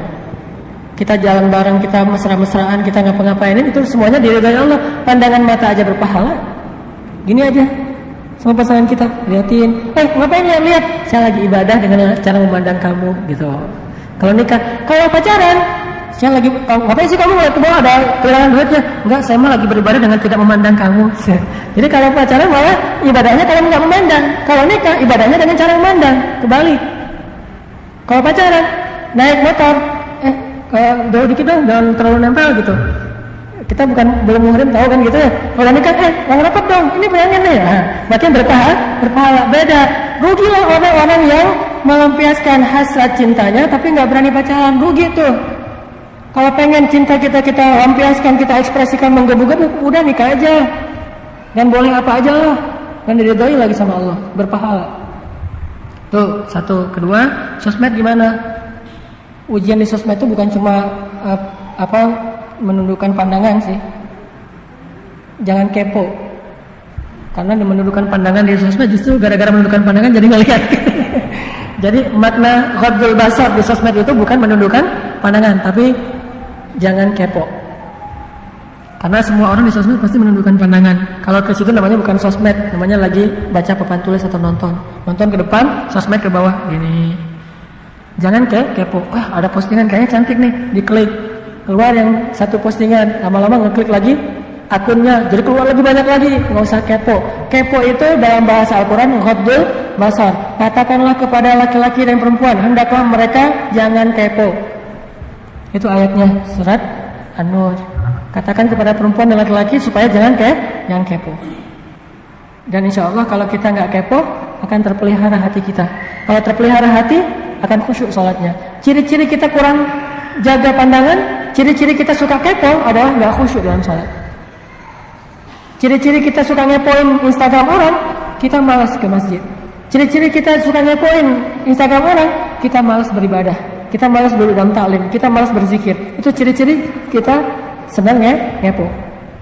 Jangan kepoin orang lain. Tapi ujiannya bukan cuma itu. Ada ujian lain yang berat dalam sosial media. Apa? Ujian nahan komen. Apalagi hal-hal yang kontroversi kan suka postingan terus orang pada komen di bawah. Jadilah ruang debat, bukan ruang silaturahim. Harusnya sosial media itu adalah media untuk orang bersilaturahim, bukan media untuk memutuskan silaturahim. Itu juga ujian, apalagi anak muda nih. Muncul satu postingan, ada yang bilang, ekstremis, apa misalnya. Yang ini bilang, nggak usah nuduh sembarangan ya, dia mah orang soleh dan segala macam. Rame, gitu kan ya. Intinya nahan amarah, nahan ego kita, nahan gengsi kita, plus nahan hawa nafsu kita. Insya Allah dengan gitu sosial media kita menjadi salah satu media yang membuat kita nambah kebaikan, nambah prestasi, nambah teman, nambah saudara. Jadilah anak-anak muda ini positif dalam menggunakan sosial media. Itu. Nah, benar. Betul.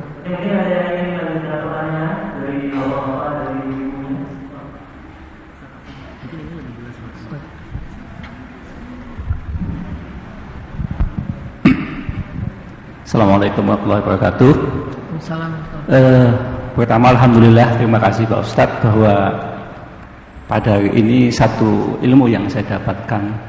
Ternyata cara Allah memberikan ataupun dikabulkannya doa tentang kesabaran adalah dikuatkan hati kita untuk menghadapi sebuah kesabaran. Itu satu poin yang mungkin kadang kita kepenginnya kalau ada masalah Allah bantu menyelesaikan, tapi dengan cara bahwasanya dikuatkan untuk menghadapi juga sebuah alhamdulillah nikmat yang luar biasa. Yang kedua, saya mau menanyakan bahwa di dalam ayat 153 Al-Baqarah tadi yang disampaikan kalimatnya adalah ya ayyuhalladzina amanu. Kemudian saya mencoba bahwa di luar sana kami juga berteman dengan orang yang non muslim, mungkin orang Katolik, mungkin orang Kristen dan sebagainya. Dan kalimatnya sama, mereka juga mempunyai bahwa aku juga harus bersabar dengan sesuatu yang Tuhan uji. Adakah satu alasan ataupun mungkin sabab-musababnya kenapa Allah mengatakan ya ayyuhalladzina amanu, bukan ya ayyuhan nas? Karena sesungguhnya manusia juga harus bersabar apapun mungkin agamanya ataupun penganutnya. Terima kasih Ustaz. Assalamualaikum warahmatullahi wabarakatuh. Kalau Allah ngasih pengkhususan dengan kalimat amanu, orang yang beriman, berarti di situ Allah sebetulnya lagi ngasih kita reward bahwa orang yang bersabar itu istimewa di sisi Allah. Dan orang yang beriman kalau bersabar ada pahala khusus di mata Allah. Kalau orang nggak beriman bersabar, Allah akan membalas dia di dunia saja. Kalau orang yang beriman dan bersabar, dia dibalas di dunia dan di akhirat. Jadi Allah pengen memberi kita tawaran khusus yang nggak diberikan kepada orang umum. Allah bisa aja bilang ya ayuhan nas isbiru, wahai manusia bersabarlah. Allah bisa ngomong kayak gitu. Tetapi omongan itu gak harus Allah secara khusus menyampaikan kepada mereka. Itu mah ajaran di setiap agama pasti ngajarin sabar. Cuman Allah gak ngejanjiin apa-apa untuk kesabaran-kesabaran di luar orang yang beriman. Paling-paling janji duniawi, kalau dia bersabar dia akan jadi orang yang dihormati, dia akan bahagia di dunia. Tapi Allah lagi ngomongin kepada hamba kesayangan Allah. Hamba kesayangan Allah ini pengen Allah perlakukan lebih. Karena pengen Allah perlakukan lebih, Allah kasih dia pelajaran yang lebih daripada yang lain. Hamba-hambaku yang istimewa, kesayangan aku nih, orang-orang beriman, bersabar ya. Kalau kalian bersabar, aku janjiin pahala yang lebih besar loh daripada yang lain gitu. Jadi seolah-olah Allah Subhanahu wa taala itu mau ngasih kita janji yang tidak Allah berikan kepada semua orang, hanya kepada orang beriman saja. Itulah untungnya menjadi orang yang beriman, sehingga dapat pahalanya bukan cuma di dunia tapi di akhirat. Kalau gitu apakah sia-sia orang nggak beriman bersabar? Nggak sia-sia. Tidak ada kebaikan yang sia-sia, beriman atau tidak beriman. Cuman rewardnya beda. Kalau dibilang sia-sia, nggak ada yang sia-sia. Tapi kalau dibilang reward, itu beda. Antara anak kesayangan dengan yang bukan kesayangan orang lain. Antara kita memberi reward kepada anak sendiri dengan memberi reward kepada orang umum itu beda. Makanya itu untungnya menjadi orang yang beriman. Ya baik, mungkin kita buka satu pertanyaan terakhir lagi karena kita 15 menit lagi menjelang maghrib. Mungkin ada yang masih ingin ditanyakan. Sekalian lagi kami informasikan bahwa setiap Ahad ba'da asar Majelis Al-Ikhwan, Masjid Al-Ikhwan mengadakan kajian yang kita mulai pada pukul 17. Insya Allah akan diisi oleh Ustadz Iqbal Siregar. Bagaimana, ada yang ingin ditanyakan kembali pada Ustadz? Oke, terakhir, silakan Pak. Assalamualaikum warahmatullahi wabarakatuh. Ustadz, di saat Nabi Yunus, beliau berdakwah dengan sekian tahun, ternyata tidak mendapatkan jumlah umat yang banyak, sehingga Nabi Yunus pergi dari kampung itu. Makanya Allah membuat dia istilahnya cobaan dimakan ikan itu. Sedangkan setelah dimakan ikan itu dia minta sama Allah, la ilaha illa anta subhanaka inni kuntu minadz dzalimin. Artinya kesabaran Nabi Nuh pun diuji oleh Allah dengan akhirnya Nabi Nuh bertaubat seperti itu. Nah, jadi untuk yang kita yang orang umat Nabi Muhammad, sabarnya di luar Nabi. Jadi kesabarannya sebenarnya yang biasa-biasa, orang dulu juga udah pernah melakukan, tapi kadang untuk anak muda kurang sabar gitu. Terima kasih. Assalamualaikum warahmatullahi wabarakatuh. Kisah nabi-nabi itu bukan menjadi pembenaran. Kisah nabi itu pelajaran, beda. Makanya Nabi Yunus itu setelah dikisahkan di beberapa surat, nanti di surat Al-Qalam Allah menutup surat itu dengan kalimat wala takun kasahibil hud idnada wa huwa makdum. Janganlah kamu seperti yang orang dimakan ikan. Allah aja nggak mau nyebut nama nabi tersebut karena menjaga nama baiknya. Walaupun di surat lain nanti dikisahkan. Di situ Allah bilang wala takun kasahibil hud. Janganlah engkau Muhammad seperti nabi yang dimakan ikan, artinya berputus asa, tidak tabah menghadapi ujian-ujian dari kaummu. Jadi kalau kita membaca kisah Nabi Yunus, jangan sampai kita menyimpulkan, Nabi Yunus saja bisa nggak sabar, apalagi saya. Justru pelajarannya, janganlah saya seperti Nabi Yunus ketika itu, bukan seluruhnya. Tapi setelah Nabi Yunus bertaubat, kemudian Nabi Yunus memperbaiki diri, Allah kasih Nabi Yunus 150.000 orang umat, banyak setelahnya dapat umat. Dan by the way, Nabi Yunus bukan mau berhenti berdakwah. Kalau kita baca kisahnya, Nabi Yunus lagi ngambek sama satu kaum dan pengen cari kaum yang lain. Bukan gak mau berdakwah lagi, bukan mau pensiun, bukan resign. Allah, saya resign ya, saya udah malas dakwah, saya mau dagang aja. Bukan. Nabi Yunus lagi ngambek dengan satu kaum yang memang keras kepala. Mungkin kalau kita jadi Nabi Yunus juga udah ngambek lebih dari Nabi Yunus. Nabi Yunus saja bisa ngambek gitu, berarti kan keras kepala banget nih kaumnya. Pengen cari kaum lain yang lebih baik. Ternyata Allah gak ridho. Sehingga Allah kasih pelajaran. Dan Nabi Yunus mengakui itu kesalahan. Kalau Nabi Yunus saja mengakui itu kesalahan, berarti kita harus lebih mengakuinya. Jangan justru menganggap itu hal yang wajar. Tapi manusialah, setiap melakukan kesalahan perbaiki. Dan satu tips dalam berdakwah, bersabarlah terhadap proses orang dalam berhijrah, lebih baik. Kita jangan melihat sesuatu hanya di titik idealismenya. Harus idealnya begini, enggak. Tapi lihat titik progresnya. Dulu dia gimana, sekarang dia gimana. Itu udah keren. Tapi kalau ngelihat idealnya, oh masih jauh. Jadilah kita berputus asa. Contoh, ngajarin istri kita nggak berjilbab. Idealnya kan berjilbab syar'i gitu ya. Ternyata dia udah jilbab, cuma jilbabnya masih pakai lepas. Jangan bilang sama aja lu, belum Islam belum tuntas, belum utuh, masih munafik. Jangan lihat di situnya, lihat dia dulu nggak mau berjilbab, sekarang sudah mau walaupun masih buka lepas. Itu progres. Dalam dakwah juga gitu. Saya kalau dakwah di Bandung dengan pemuda hijrah, ada yang datang ke masjid nggak pakai jilbab, terus di masjid pakai mukena. Begitu selesai sholat, buka lagi, dia keluar. Mau gitu aja udah keren. Karena kita lihat sebelumnya dia sholat juga enggak, sekarang udah mau sholat walaupun jilbabnya masih mukena. Besok mungkin jilbabnya pas ta'lim aja, lusa udah berjilbab tapi belum syar'i. Lusanya lagi, semakin lama semakin baik. Jadi lihat progres seseorang dalam berhijrah, jangan lihat titik idealnya sebuah hijrah. Dengan gitu insya Allah kita akan sabar. Ya Ustaz, satu lagi, mohon maaf. Apakah kata Imam Syafi'i itu benar bahwa pas waktu kita berdakwah itu kok jalannya enak aja ke depannya, apakah ada yang salah dakwahnya gitu? Enggak, jangan itu yang jadi ukuran. Yang jadi ukuran adalah kita menjalankan dakwah kita dengan ilmu atau hanya dengan mengada-ngada atau tebak-tebak. Kalau pakai insting doang nggak cukup, harus pakai ilmu. Allah kadang memudahkan dakwah, kadang Allah menyulitkan. Dan jangan kalau kayak gitu kesimpulannya berarti saya mah nggak mau dakwah yang gampang-gampang, mau cari masalah aja deh. Kita vonis semua satu kampung sampai akhirnya kita diusir. Dulu Nabi Muhammad juga diusir. Alasannya kita dimusuhin. Dulu juga Nabi Muhammad dimusuhin. Kita sendiri, oh berarti saya jadi ghuraba, orang yang asing. Beruntunglah orang yang asing. Jangan cari musuh. Kata Nabi, kalau ketemu jangan lari, tapi kalau nggak ada jangan dicari.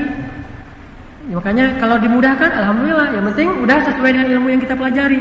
Kalau diberikan ujian, ya kita hadapin aja. Tapi saya yakin kalau kita sungguh-sungguh berdakwah, kayaknya dakwah itu memang jalannya para nabi rata-rata susah. Rata-rata susah. Kalaupun ada kemudahan, mungkin Allah tahu batas kemampuan kesabaran kita. Begitu naik iman kita, Allah tambah nanti ininya bebannya. Kayak orang fitness, awal-awal fitness mungkin bebannya masih setengah kilo segitu ya. Wah enak nih. Begitu udah ngebentuk dikit ototnya, nambah 1 kilo. Udah gini, lama-lama 5 kilo gitu kan. Sesuai dengan kemampuan otot. Kalau sekaligus langsung dikasih 5 kilo, putus nanti ininya. Bahaya. Itu juga mungkin Allah ngasih ujian kita. Baik, terima kasih Ustadz. Kita cukupkan karena memang sudah 10 menit lagi menjelang waktu maghrib. Mungkin ditutup dengan doa ya Ustadz ya. Kita tolong Ustadz. Pada Ustadz, silakan. A'udzu billahi minasy syaithanir rajim. Bismillahirrahmanirrahim. Alhamdulillahi rabbil alamin. Hamdan yuwafi ni'amahu wa yukafi'u mazidah. Ya Rabbana lakal hamdu kama yanbaghi li jalali wajhikal karim. Li jalali wajhikal karim wa 'azimi sultanik. Allahumma salli wa sallim wa barik ala sayyidina Muhammad wa ala alihi wa sahbihi ajma'in. Allahumma ighfir lana dhunubana wa liwalidayna warhamhuma kama rabbayana shighara. Rabbana hab lana min azwajina wa dhurriyyatina qurrata a'yun waj'alna lil muttaqina imama. Rabbana atina min ladunka rahmah wa hayyi' lana min amrina rashada waj'al lana min kulli dhiqin makhraja wa min kulli hammin faraja wa min kulli 'usrin yusra. Ya Arhamar Rahimin, ya Allah, Ya Rahman, Ya Rahim, Ya Mujib as-Sa'ilin, Ya Sami' ad-Du'a, Ya Qadhi al-Hajat. Ya Allah, ampunkanlah dosa-dosa kami ya Allah. Kami sadar betapa banyak dosa dan kesalahan yang kami lakukan selama ini, ya Allah. Tetapi meskipun kami tidak layak, kami bukan hamba-Mu yang istimewa. Kami hanyalah orang-orang yang hina di hadapan-Mu. Meskipun rendah kedudukan kami di mata-Mu, tetapi Engkau Maha Rahman, dan dengan kasih sayang-Mu Engkau memberi kami petunjuk, sehingga hari ini kami bisa hadir dalam majelis-Mu, ya Allah. Segala puji bagi-Mu atas nikmat ini, ya Allah. Sungguh tidak ada yang lebih membahagiakan kami daripada duduk di rumah-Mu, ya Allah. Sungguh betapa bahagia dan indahnya suasana dalam majelis-majelis surga di muka bumi, yaitu majelis ilmu, ya Allah. Segala puji bagi-Mu atas nikmat ilmu hari ini. Segala puji bagi-Mu atas nikmat ukhuwah. Segala puji bagi-Mu atas nikmat hidayah. Segala puji bagi-Mu atas nikmat taubah. Segala puji bagi-Mu atas nikmat hijrah. Ya Allah, ya Arhamar Rahimin, tetapkanlah hati kami dalam ketaatan. Janganlah Engkau biarkan hati kami liar dan kembali kepada kejahiliahan. Bimbinglah kami setiap hari lebih baik daripada sebelumnya, sehingga kelak kami menjadi hamba yang berpredikat muttaqin, orang-orang yang bertakwa.